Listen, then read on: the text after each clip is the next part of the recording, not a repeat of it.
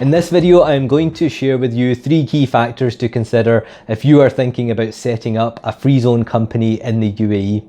But first, before I get to that, some opening comments to provide a bit of context. In one of my earlier videos, I provided a brief introduction to free zone companies in the UAE. A link to that video is in the description box below in case you haven't seen it and would like to watch it to learn more. Once you get your head around free zone companies, it could be something that you might like to explore further, or you may have already decided to set one up after identifying it as a suitable structure for your business. In either case, a common question that tends to arise when thinking about taking the next step is, where do I start?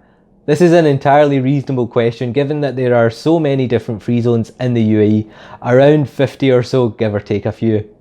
It is unlikely that you will have the time to explore all of these different free zones at the one time, so the wide range of choice can feel a bit overwhelming and naturally lead to the question, where do I start? That's why it's a good idea to speak to an expert at the outset, somebody who is familiar with the different free zones and how they work and operate, so that they can easily assess which ones might be suitable for your business.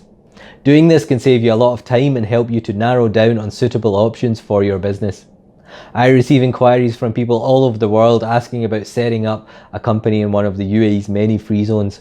When responding to such inquiries, I always highlight 3 key factors which in my opinion ought to be considered when selecting a free zone for their company setup. And so because this is something that I highlight and advise on quite regularly, I thought I'd put it in a short video which can hopefully assist as a point of reference. So here it is, my 3 key factors to consider when choosing a free zone for your company setup in the UAE. Number 1, can the free zone issue a suitable license for your business? In other words, does it have a suitable license available which conforms to the proposed commercial activities of the business? Some free zones are geared towards catering for certain sectors such as for freight, logistics, media, finance, creative industries, etc. and they have specific licenses available for those certain sectors. Obtaining a specific license from a certain type of free zone can have its advantages, such as extra support from the free zone itself with business development and being able to trade with and establish commercial links with other businesses in the free zone which operate within the same industry sector. And on the other hand, some free zones have a very wide range of license types to choose from, a long list that can run to several pages. Therefore, more often than not, it is usually possible to find and identify a suitable license to cover most types of business activities. So the first point to consider is, does the free zone have a suitable license available?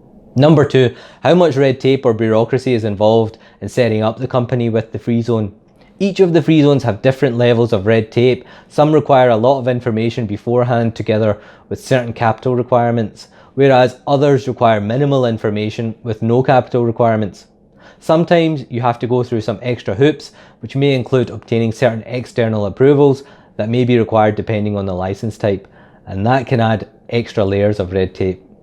Some free zones have good processes in place to facilitate and complete the company setup remotely without requiring your physical presence at the free zone during any part of the incorporation process.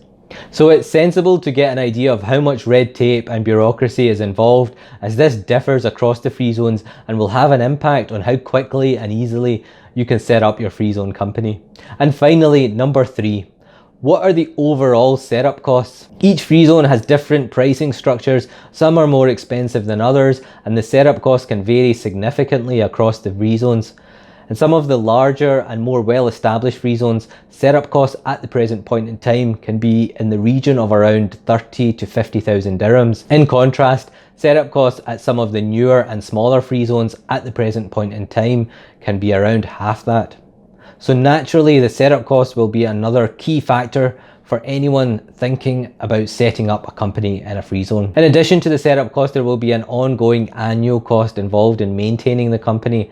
So this is another thing to factor in on the cost side of things. So altogether, these are the 3 key factors in my opinion to consider if you are thinking about setting up a free zone company in the UAE and are wondering where to start. I hope you found this video helpful and it assists as a point of reference. If you have any questions or queries about setting up a free zone company in the UAE or would like to learn more, then feel free to reach out at any time. Thanks a lot for watching and see you next time.